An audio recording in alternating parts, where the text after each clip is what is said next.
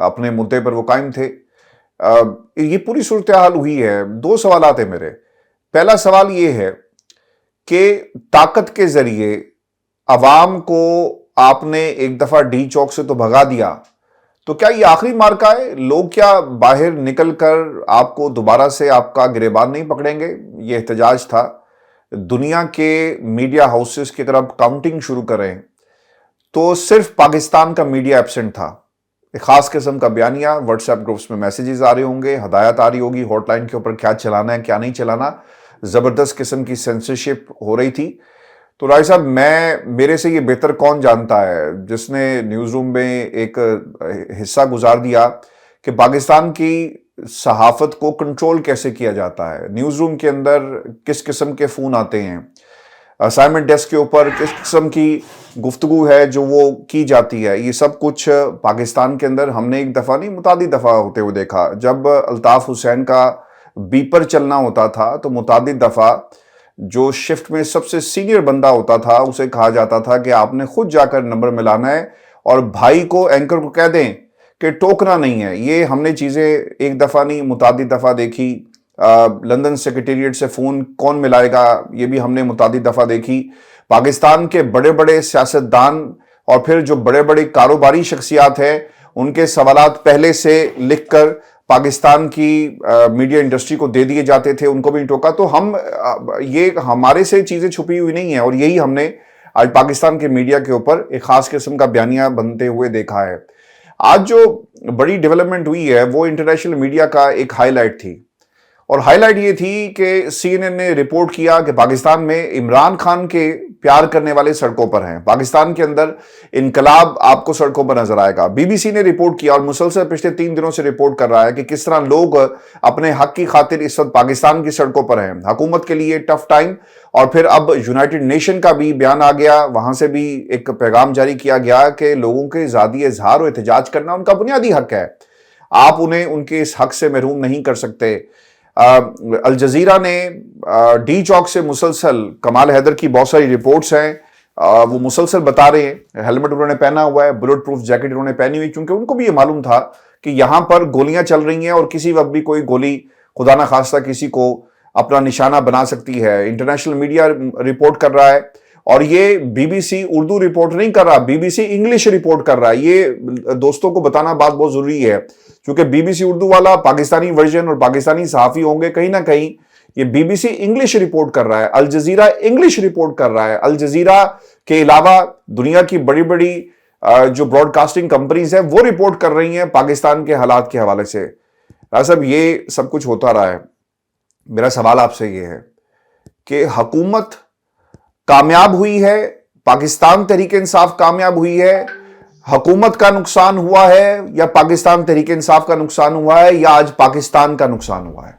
دیکھیں, 3 اہم خبریں ہیں, لیکن گراؤنڈ کے اوپر کیا کچھ ہوا ہے, چونکہ میں 24 سال سے اسلام آباد میں صحافت کرتا ہوں, اور ڈی چوک میں ایوری ڈے جس چینل کا آپ نے ذکر کیا کہ وہاں پہ مبینہ طور پر کچھ لوگ گھسے, یعنی جیو نیوز, 8 سال میں نے جیو نیوز میں بھی کام کیا. اسی طرح ڈی چوک سے کچھ فاصلے پر کچھ اور دفاتر بھی ہیں جو کہ میڈیا چینلز کے ہیں, لیکن ایکچولی ڈی چوک پر کیا ہوا ہے, اور اس وقت علی امین گنڈا پور صاحب اور بشرا بی بی صاحبہ جو ہیں, ان کے متعلق جو الفاظ استعمال کیے گئے کہ وہ بھاگ گئے, اور یہ کہا گیا کہ 2 چوک پیچھے دھکیل دیا گیا, تو یہ 2 چوک کتنے پیچھے ہیں اور یہاں سے واپسی کتنی ناممکن ہے, یہ میں ذرا ایکسپلین کرتا ہوں.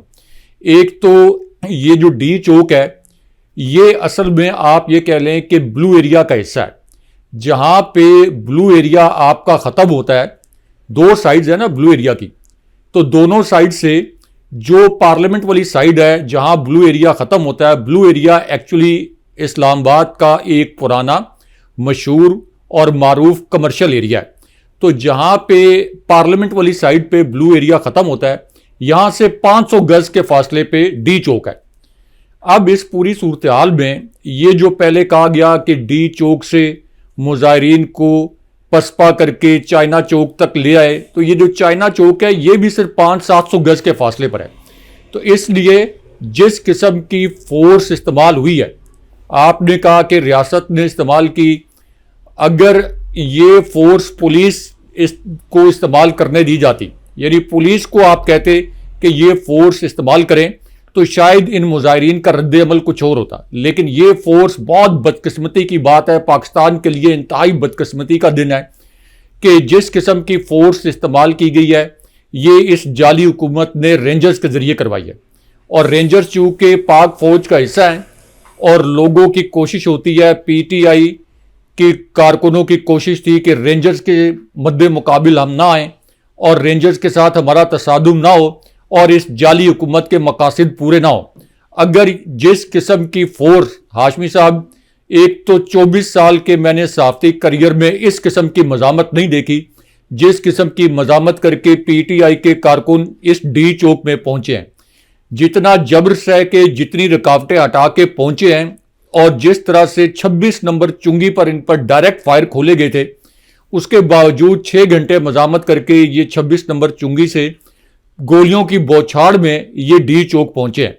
تو اس پوری صورتحال میں رینجرز کو استعمال کر کے اس جعلی حکومت نے اس ملک میں ایک مرتبہ پھر نفرت کے بیج بوئے ہیں.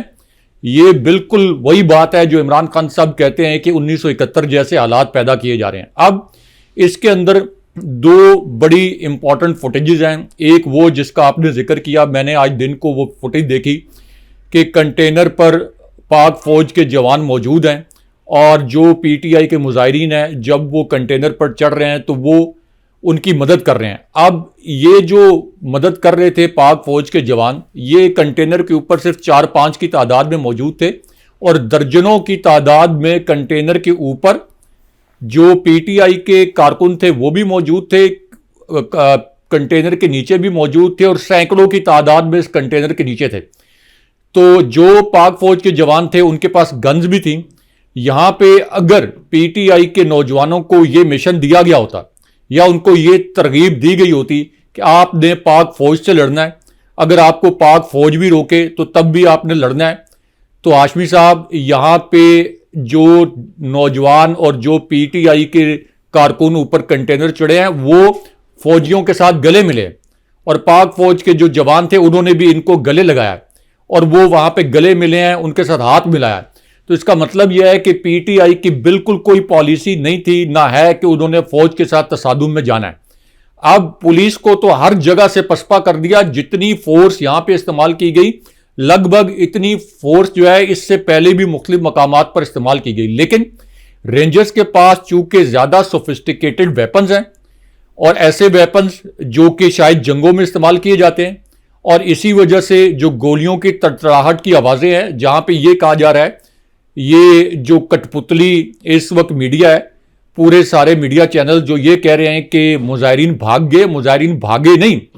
یہ مزاحمت کا ایک اور طریقہ کار ہوتا ہے کہ گولیاں چلیں، آپ اپنی جان بچائیں، تھوڑا سا پیچھے ہٹ جائیں، پھر تھوڑا سا آپ دیکھیں کہ انوائرمنٹ جو ہے وہ آپ کے حق میں ہو، پھر آپ دوبارہ سے جو ہے پیش قدمی کریں. یہ تو نہ صرف احتجاج کا، ہر قسم کے سیاسی جد و جہد کا، یہاں تک کہ میدان جنگ، جو اصلی میدان جنگ ہوتے ہیں، ان کا بھی یہ اصول ہوتا ہے. کوئی فوج، کوئی احتجاجی مظاہرین کسی حکمت عملی کے تحت تھوڑا سا پیچھے ہٹیں تو اس کو یہ نہیں کہتے کہ وہ بھاگ گئے. جس طرح کے الفاظ جان بوجھ کے میڈیا اسٹیبلشمنٹ کی طرف سے لانچ کیے گئے الفاظ استعمال کر رہا ہے کہ مظاہرین جو بھاگ گئے. اب یہ جو کہا جا رہا ہے کہ بلو ایریا تک محدود کر دیا گیا، اگین میں بتاؤں کہ یہ 500 گز کا بھی فاصلہ نہیں ہے. تو اس کا مطلب یہ ہے کہ مظاہرین 500 گز پیچھے جو ہیں وہ ہٹے ہیں. اور اس سے پہلے جو میری کچھ صحافیوں کے ساتھ بات ہوئی ہے جو آن گراؤنڈ ادھر موجود تھے، ان کا یہ کہنا ہے کہ جس قسم کی طاقت کا استعمال رینجرز نے کیا ہے، اس قسم کی طاقت کا استعمال اپنے عوام کے اوپر اس سے پہلے نہیں دیکھا گیا. اور یہ میں اگین کہہ رہا ہوں کہ یہ پاک فوج اور پاکستان کی سب سے بڑی اور سب سے مقبول جماعت، اس کو کسی صورت تصادم کے راہ پر نہیں آنا چاہیے کہ یہ آمنے سامنے آئیں. نہ یہ پاکستان افورڈ کر سکتا ہے، نہ فوج افورڈ کر سکتی ہے، نہ ریاست افورڈ کر سکتی ہے، اور پی ٹی آئی کے لیے بھی یہ کوئی مناسب صورتحال نہیں ہے. لیکن اس کی ذمہ داری کس پر ہے؟ عمران خان صاحب نے یا پی ٹی آئی نے تو نہیں رینجرز کو ڈپلائی کیا. ایک سیاسی احتجاج ہے. پی ڈی ایم نے جب ہر شہر میں جلسے کیے تھے، بلاول زرداری جب اپنی جلسی لے کے آئے تھے، لانگ مارچ کرنے آئے تھے، لیکن ایک چھوٹی سی جلسی میں بدل گیا وہ، تو کیا اس کے اوپر رینجر نے گولیاں برسائی تھیں؟ کیا رینجر نے ان پر تشدد کیا تھا؟ فضل الرحمان عمران خان صاحب کی حکومت آنے کے کچھ عرصے بعد اسلام آباد میں آ کے بیٹھ گئے تھے، کوئی وہاں پہ آپریشن ہوا تھا؟ فضل الرحمان اپنی مرضی سے آئے، اپنی مرضی سے چلے گئے. نواز شریف کی اس وقت ڈیل ہونی تھی جناب باجوہ کے ساتھ بیرون ملک فرار ہونے کی، اور اسی طرح ایک ایکسٹینشن کی ڈیل بھی ہونی تھی. اپنی مرضی سے آئے، اپنی مرضی سے چلے گئے. کسی قسم کا کوئی رینجرز کا کریک ڈاؤن یا پولیس کا کریک ڈاؤن جو ہے وہ فضل الرحمان صاحب کے دھرنے پر نہیں ہوا. تو اس لیے یہ ڈی چوک، ریڈ زون، شاہراہ دستور، یہ اس طرح سے بتایا جا رہا ہے کہ جیسے بہت فاصلے پہ ہیں. یہ شاہراہ دستور جو ہے، یہ جو سپریم کورٹ، پارلیمنٹ، ایوان صدر سے ہوتی گزرتی ہے، یہ سارے مقامات جو ہیں یہ اسی شاہراہ دستور کے ساتھ منسلک ہے. تو کوئی مظاہرین جو ہیں، جس وقت تک ہم یہ پروگرام لائیو جا رہے ہیں اس وقت تک یہ مظاہرین بلو ایریا اسلام آباد کے مختلف علاقوں میں موجود ہیں، اور اگر وقتی طور پر اپنی جان بچانے کے لیے اگر ان کو کہیں شیلٹر لینا پڑا ہے تو اس میں کوئی کبات نہیں ہے. یہ شرم کی بات ہے اس جعلی حکومت کے لیے کہ انہوں نے اپنے جعلی مینڈیٹ کو بچانے کے لیے اور عمران خان صاحب کو قید رکھنے کے لیے پاک فوج کو استعمال کیا اپنی عوام کے خلاف، اور پاک فوج کا کندھا استعمال کیا. اس لیے نقصان جو آپ نے کہا کہ کس کا ہوا ہے، پی ٹی آئی کا نقصان نہیں ہوا، لوگوں میں بڑا شعور ہے. یہ نقصان ہوا ہے ریاست پاکستان کا، پاکستان کے ملک کا، اور سب سے بڑھ کے فوج کا نقصان ہوا ہے. کیونکہ بہت وائز بات کی تھی D G I S P R نے اور army chief general Asim Munir نے بھی کئی مرتبہ یہ کہا کہ کوئی بھی فوج جو ہے وہ اپنے عوام سے طاقت حاصل کرتی ہے، اور بالکل ٹھیک ان کا یہ کہنا تھا. لیکن عوام میں اور فوج میں تفریق پیدا کرنے کے ذمہ دار کون ہیں؟ یہ شہباز شریف اور ان کے جعلی وزراء، یہ جو خواجہ آصف جیسے لوگ ہیں جنہوں نے یہ کہا کہ ہم بروٹ فورس استعمال کریں گے. بروٹ فورس آپ پولیس کے ذریعے استعمال کرواتے اگر کروا سکتے تھے.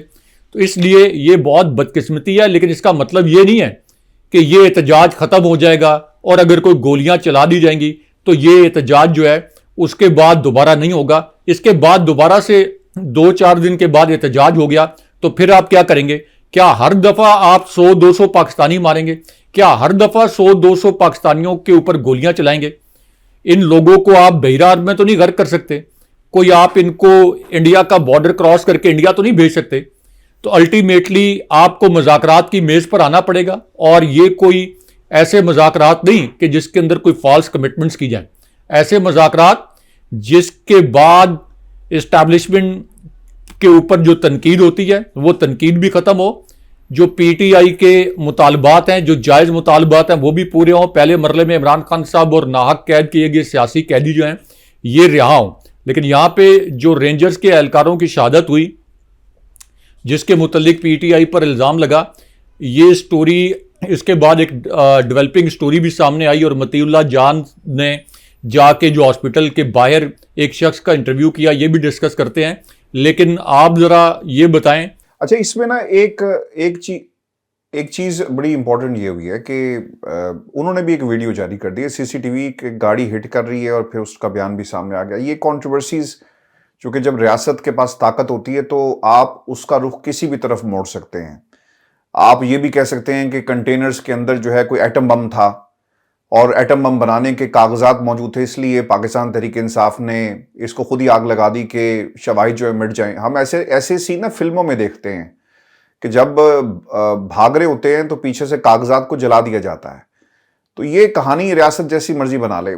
ایک جو اہم سیاسی سوال ہے کہ ٹائمنگ اس کی دیکھیں. رانا ثناء اللہ کو میں سن رہا تھا، وہی کہتے ہیں کہ جناب ہم نے اب مذاکرات نہیں کرنے. فیصل واڈا کی انٹرویو نے کہا جی مذاکرات نہیں ہوں گے. آج بانی کی سیاست کے اندر، عمران خان کی سیاست کے اندر جو آخری کیل تھا وہ بھی ہمیں آج نظر آیا. یہ ایسی باتیں ہو رہی ہیں. اچھا، گولیوں کے آگے کوئی نہیں کھڑا ہوگا. یہ اب میں ابھی تھوڑی دیر پہلے ایک ویڈیو کلپ راجہ صاحب دیکھ رہا تھا جس میں ایک بندہ آنسوں سے رو رہا تھا. لوگوں نے پوچھا کہ کیوں رو رہے ہو؟ اس نے کہا کہ میرا 17 سال کا بیٹا تھا، سنائپر کی گولی لگی آ کر. وہاں پہ ایک ویڈیو، پاکستان کا میڈیا تو پتہ نہیں راجہ صاحب کہ کیوں یہ چیزیں نہیں دکھاتا. اس نے کہا کہ اسے گولی لگی اور وہ موقع پہ ہی اپنی جان جو ہے وہ اس نے خالق حقیقی کے سپرد کر دی اور وہ چلا گیا مجھے ہمیشہ کے لیے چھوڑ کر. وہ آنسوؤں سے رو رہا ہے اور وہ ابھی بھی عمران خان کے احتجاج میں کھڑا تھا. پاکستان کو کیوں ہوش نہیں آتا؟ مسئلہ یہاں پر یہ بن گیا ہے کہ جنہوں نے یہ مل کر حکومت بنائی ہے یہ اب ان کی بقا کا معاملہ ہے. تو وہ کیوں عمران خان سے مذاکرات کی میز پر بیٹھیں گے؟ مذاکرات کی میز پر جو آپ نے کہا نا کہ پہلے مرحلے میں یہ ہو دوسرے میں یہ ہو، یہ بالکل ٹھیک ہے، ہونا چاہیے، آئیڈیل سچویشن ہے. لیکن حکومت کیوں کرے گی؟ ایسا ریاست کے اندر نا پاکستان کی عوام عمران خان کے ساتھ ہے، اس میں کوئی شک نہیں ہے. لیکن پچھلے 77 برسوں سے جو سب سے زیادہ اپنے حقوق کے لیے جو طبقہ لڑا ہے نا وہ بھی پاکستان کی عوام ہی ہے. کبھی آپ نے کسی سیاستدان کو اپنے حقوق کے لیے لڑتے ہوئے دیکھا ہے؟ طاقتوروں کو اپنے حقوق کے لیے لڑتے دیکھا ہے؟ اور آج وہی طبقہ عمران خان کے ساتھ کھڑا ہے. سب سے بڑا مسئلہ یہ ہوا ہے کہ جتنے بھی پلرز تھے سارے پلرز ان کے ساتھ کھڑے ہیں. پاکستان کی عدلیہ نوٹس لے سکتی تھی لیکن وہاں پر پتہ چلا کہ وہاں پر تلور کے شکار کے اوپر بات ہو رہی ہے. عدالتوں میں یہ ہو رہا ہے، باہر آگ لگی ہے اور جج صاحبان اپنی مستی میں تلور کے شکار پر وہ بات کر رہے ہیں. یہ جو پاکستان کو انہوں نے شکارگاہ بنا دیا اس پر کوئی بات نہیں کر رہا، اور شکاری دن بدن اور دندراتے پھر رہے ہیں، اس پر کسی نے بات نہیں، کسی جج دے رہا. صاحب ایک پلر یہ غائب ہو گیا. دوسرا، پاکستان کی اسٹیبلشمنٹ کی مدد سے یہ حکومت بنی فارم 47 کی، اور وہ پلر جب تک ان کے ساتھ کھڑا ہے یہ حکومت چلتی رہے گی. پاکستان کی تمام سیاسی جماعتیں سب چور لٹیرے مافیاز سیاسی ڈاکو ایک طرف ہو گئے. تو ہم کس طرح سے یہ ایکسپیکٹ کریں کہ یہ حکومت جس نے آج گولی کا سہارا لے کر ڈنڈے کا سہارا لے کر رات کی تاریکی میں عوام کو اس طرح سے ان سے ان کی زندگی چھین لی ہے، وہ عمران خان سے مذاکرات کی میز پر بیٹھے گی؟ آپ کو لگتا ہے کہ مذاکرات ہوں گے؟ مجھے تو یہ لگ رہا ہے مذاکرات حکومت نہیں کرے گی، لیکن یہ نفرت کے جو آج بیج بوئے گئے ہیں اور یہ دن بدن مطلب دنوں میں یہ تناور درخت بنیں گے، اور ان تناور درخت بنتے ہوئے انہیں دیر نہیں لگے گی. راج صاحب ہم کوئی سیکنڈ جنریشن کی بات نہیں کر رہے، ہم کوئی تھرڈ جنریشن کی بات نہیں کر رہے، فورتھ جنریشن کی بات نہیں کر رہے. آپ بارڈر پہ جائیں نا تو لوگ یہ کہتے ہیں کہ ڈرون حملے میں میرے باپ دادا کو جو ہے نشانہ بنایا گیا، تو بچے جو ہیں وہ بڑے ہو کر ان کے دلوں میں امریکہ کے لیے اور اس وقت جو پاکستان کی پالیسی تھی نفرت تھی. اور ڈرون اٹیکس نے کتنے پاکستان کے اندر لوگوں کو جو ہے وہ شہید کیا، وہ نفرت ان کے ساتھ جوان ہو گئی. لیکن یہ جو نفرت ہم دیکھ رہے ہیں یہ اس کا جواب دنوں میں ان کو ملے گا. آپ ابھی بھی دیکھ رہے ہیں کہ میز لگا ہوا ہے، ایک طرف خان صاحب بیٹھے ہیں، ادھر سے مذاکرات کی بات ہو رہی ہے، ان کی بات کو مان لیا جائے گا؟ دیکھیں، رینجرز کے ذریعے جو فورس استعمال کی گئی ہے، اس سے پہلے یہی جعلی حکومت کیا پی ٹی آئی اور عمران خان صاحب کے قدموں میں نہیں بیٹھی ہوئی تھی؟ یہاں تک کہ جو اس حکومت کے نام نہاد سب سے ہاکش وزراء ہیں، خواجہ آصف جیسے اور جی ایچ کیو کے ٹاؤٹ سمجھے جانے والے فیصل واؤڈا جیسے لوگ یہ بھی کہہ رہے تھے کہ اصل میں عمران خان صاحب نے تو منظوری دے دی ہے کہ کسی اور مقام پر احتجاج کریں، لیکن کوئی اور نہیں مان رہا، یعنی بشرا بی بی صاحبہ نہیں مان رہی. اس کے بعد ایاز صادق کے گھر پر بھی مذاکرات کی خبریں آئیں. کتنی مرتبہ اس کٹ پتلی حکومت نے کہا کہ ہم مذاکرات کرنا چاہتے ہیں، یہ سنگجانی بیٹھ جائیں. شکر پڑیاں جو پریڈ گراؤنڈ ہے، ایک پریڈ گراؤنڈ ڈی چوک میں سب سے پہلے یعنی روایتی طور پر یہ جو پریڈ ہوتی تھی یہ ڈی چوک بھی ہوتی تھی. یہ پریڈ فوجی پریڈ 23 مارچ کی یہ ڈی چوک میں ہوتی تھی. پھر اسلام آباد ہائی کورٹ کے ایک آرڈر کے بعد جو شکر پڑیاں کا پریڈ گراؤنڈ ہے اس کو جلسوں کے لیے مختص کیا گیا تھا، جو کہ ڈی چوک سے کوئی لگ بھگ 3 کلومیٹر کے فاصلے پہ ہے. تو وہ مقام بھی پی ٹی آئی کو دینے کی ایک درخواست کی گئی تھی کہ آپ یہاں بیٹھ جائیں. تو اب چونکہ انہوں نے رینجرز کو استعمال کیا ہے اور جو اطلاعات ہیں مبینہ طور پر اور جو کلیم کیے گئے ہیں مختلف حلقوں کی جانب سے کہ بہت زیادہ جو ہیں وہ کیجویلٹیز بھی ہوئی ہیں، بہت زیادہ لوگ شہید بھی ہوئے ہیں، تو ایک مرتبہ تو رینجرز کو استعمال کر لیا.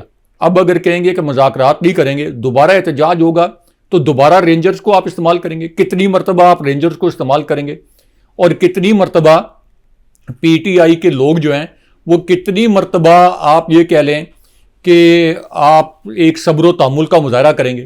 جب گولی چلے گی اور وہ کسی بھی طرف سے چلے گی تو ظاہر ہے کہ اس بات کا تو پھر امکان رہے گا کہ دوسری جانب سے بھی رد عمل آئے گا. تو اس لیے یہی حکومت جو بھیگی بلی بنی ہوئی تھی، اب اس کا خیال ہے کہ مذاکرات نہیں کریں گے تو پی ٹی آئی کوئی پسپا ہو جائے گی. ایسی بات نہیں ہے. اول تو ابھی تو اس احتجاج کے متعلق بھی کلیئرٹی نہیں ہے پی ٹی آئی کے رہنماؤں کی جانب سے اور پی ٹی آئی کے آفیشیل ہینڈل کی جانب سے کوئی ایک کلیئرٹی نہیں ہے کہ اس احتجاج کو لوگوں کی جانیں بچانے کے لیے کوئی ملتوی کیا گیا ہے کچھ دن کے لیے یا کینسل کیا گیا ہے. لیکن مجھے یہ پتہ ہے اسلام آباد میں کچھ صحافیوں سے بات ہوئی ہے, ان کا کہنا ہے کہ پولی کلینک ہاسپٹل جو کہ ڈی چوک سے سب سے قریبی ہاسپٹل ہے, وہاں پہ بہت سے زخمی بہت کرٹیکل حالات میں لائے گئے اور اس جعلی حکومت نے ڈی چوک کے اطراف پارا مارکیٹ, بلو ایریا, اسی طرح میلوڈی مارکیٹ اور سپر مارکیٹ جنا سپر, جہاں سے میڈیسنز مل سکتی تھی, جہاں سے لوگوں کو کھانے پینے کا سامان مل سکتا تھا, کوسار مارکیٹ سمیت یہ سب تمام مارکیٹس بند کروا دی. لیکن سب سے ظالمانہ حرکت یہ کی کہ جو فارمیسیز تھیں ان کو بھی بند کروا دیا گیا. اس پوری صورتحال میں اب ظاہر ہے کہ 12-14 گھنٹے کے بعد اصل جو حقائق ہیں وہ سامنے آئیں گے کہ کتنے لوگوں کی شہادت ہوئی ہے. اور اگر خدا نخواستہ ظاہر ہے کہ ایک جان قیمتی ہے, لیکن یہ تو ایسا لگ رہا ہے کہ کچھ ثانیہ ماڈل ٹاؤن والی ایپیسوڈ جو ہے وہ ریپیٹ کی گئی ہے. اور ثانیہ ماڈل ٹاؤن جو ہے یہ آلموسٹ لے کے بیٹھ گیا تھا شریف خاندان کو, ان کو معافیاں مانگنی پڑی تھی, ان کو کمپنسیشن دینے کے لیے یہ منتیں کر رہے تھے, ان کی ایف آئی آر ہو گئی تھی, اسلام آباد میں دھرنا آ گیا تھا اور طاہر القادری ان کی یہ منتیں کر رہے تھے. اگرچہ طاہر القادری جو ہیں وہ بعد میں اپنے آبائی وطن روانہ ہو گئے, تو اس لیے عمران خان صاحب کوئی طاہر القادری نہیں ہیں. عمران خان صاحب کو تو کتنی مرتبہ آفر کی گئی تھی کہ آپ چلے جائیں بیرون ملک, لیکن عمران خان صاحب نہیں گئے. تو عمران خان صاحب کو اگر کوئی یہ سمجھ رہا ہے کہ وہ نواز شریف ہیں یا وہ کوئی طاہر القادری ہیں یا شہباز شریف ہیں تو اس کی بہت بڑی بھول ہے. اول تو کوئی یہ سمجھ نہیں رہا ہوگا, ہر کسی کی غلط فہمی دور ہو چکی ہے. اسٹیبلشمنٹ کے اپنے تھنک ٹینکس ہوتے ہیں, وہ یہ اسیسمنٹ کر بیٹھے ہیں کہ عمران خان صاحب کس قسم کی مزاحمت کر رہے ہیں. لیکن انصار عباسی صاحب نے ایک سٹوری دی تھی آج سے کوئی 5-6 دن پہلے, اور اسٹیبلشمنٹ کے ذرائع سے سٹوری دیتے ہیں. اس میں بھی انہوں نے غالباً اسٹیبلشمنٹ کے ذرائع کوٹ کیے. انہوں نے کہا کہ فوج نے بہت کلیئرٹی کے ساتھ کہا ہے کہ ہمارا اس احتجاج سے کوئی تعلق نہیں ہے, نہ ہم اس کے تاثر ان کا یہ تھا کہ نہ ہم اس کے مخالف ہیں نہ ہم اس کے حق میں ہیں, نہ ہم کوئی مذاکرات کے حق میں ہیں, نہ ہم یہ کہہ رہے ہیں کہ مذاکرات نہ ہو. یہ سیاسی جماعتوں کا معاملہ ہے, یہ سیاسی جماعتیں جو ہیں یہ آپس میں مل بیٹھ کے حل کریں. یہ آج سے 5-6 دن پہلے ان کی سٹوری کا جو نچوڑ تھا وہ یہ تھا. لیکن جو رینجرز کو استعمال کیا اس جعلی حکومت نے, یہ تو پاک فوج کو پاکستان کی ایسی جماعت جس کے ساتھ 90% لوگ کھڑے ہیں ان کے آمنے سامنے لانے کی ایک بہت بھیانک قسم کی سازش کی گئی ہے. اور اس قسم کی سازشوں کے نتائج جو ہیں یہ پھر ریاستوں کو اور ملکوں کو بھگتنا پڑتے ہیں. اب اس پوری صورتحال میں اطلاعات یہ تھیں کہ اس سے پہلے یہ کہا گیا تھا کچھ کارکنوں کی جانب سے, یا اکا دکا ایسے لوگ, کارکنوں کی جانب سے نہیں بلکہ پی ٹی آئی کے اندر اکا دکا ایسے لوگ جو کہ اسٹیبلشمنٹ کے آپ یہ کہہ لیں کہ کسی عتاب کا نشانہ نہیں بننا چاہتے یا کوئی دباؤ کا شکار ہیں, تو ان کی جانب سے کہا گیا تھا کہ آگے نہ بڑھا جائے, علی امین گنڈا پور پیچھے ہی رہیں اور آگے نہ جائیں.